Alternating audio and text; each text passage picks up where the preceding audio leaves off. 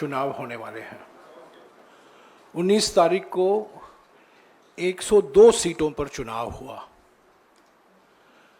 पहले चरण के चुनाव के बाद और जो दूसरे चरण के रुझान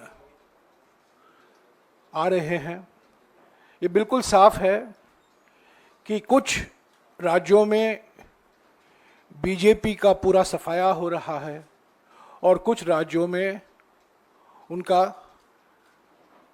जो 2019 में प्रदर्शन था उसमें भारी गिरावट आने वाली है। यानी कि कुछ इलाकों में साफ और कुछ इलाकों में हाफ। बीजेपी परेशानी में है, खास तौर से उनके मुख्य प्रचारक प्रधानमंत्री जी भोखलाए हुए हैं और 19 तारीख से सारे एजेंडा को दूसरे दिशा में ले जाने की प्रयास कर रहे हैं। उन्होंने हमारे न्याय पत्र को पहले सांप्रदायिक रंग देने की कोशिश की, बाद में कई ऐसे बातें उठाई जिसका जिक्र हमारे न्याय पत्र में बिल्कुल है ही नहीं है। और राजस्थान में, मध्य प्रदेश में, कर्नाटक में, अलग अलग राज्यों में जो उनका प्रचार हो रहा है, महाराष्ट्र में, वो हमारे न्याय पत्र को खूब पब्लिसिटी दे रहे हैं। हालांकि ये गलत पब्लिसिटी है, झूठ पर आधारित प्रचार है, फिर भी पहली बार प्रधानमंत्री विपक्ष पार्टी के न्याय पत्र को, घोषणा पत्र को इतनी और इस तरीके से पब्लिसिटी दे रहे हैं। ये न्याय पत्र भारत जोड़ो यात्रा और भारत जोड़ो न्याय यात्रा के समय जो हमारे नेता जो इस यात्रा का नेतृत्व कर रहे थे, राहुल गांधी जी, और अलग अलग नेता जिसमें कांग्रेस अध्यक्ष भी शामिल थे, इन्होंने यात्रा में भाग ली, दोनों यात्राओं में भाग ली।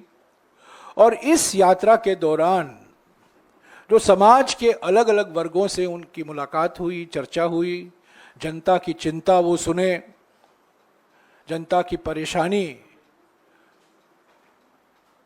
को उन्होंने देखा और उसी के आधार पर ये न्याय पत्र बना। क्योंकि बिल्कुल साफ हो गया था कि पिछले 10 साल में जो प्रधानमंत्री की नीयत है और प्रधानमंत्री की नीतियां हैं, उससे बेरोजगारी बढ़ी है, महंगाई पर कोई काबू नहीं ला पाए हैं और आर्थिक विषमताएं हमारे समाज में पिछले 100 सालों में इतना उस स्तर पर पहुंचा है जो पिछले 100 सालों में देखा नहीं गया। और यही तो हमारे मुद्दे हैं। भारत जोड़ो न्याय यात्रा के समय हमने बार बार कहा, राहुल जी ने बार बार कहा, कांग्रेस अध्यक्ष ने बार बार कहा कि नारी न्याय, युवा न्याय, किसान न्याय, श्रमिक न्याय और हिस्सेदारी न्याय, ये 5 न्याय हमारे चुनाव के रणनीति तय करेंगे। और इन 5 न्याय को लेकर हमने 25 गारंटियां भी दी हैं और 3 तारीख से 8 करोड़ परिवार को सारे देश में ये गारंटी कार्ड हमारे नेता और हमारे कार्यकर्ता बांटने में लगे हुए हैं। तो ये हमारा एक सकारात्मक एजेंडा था और है और रहेगा।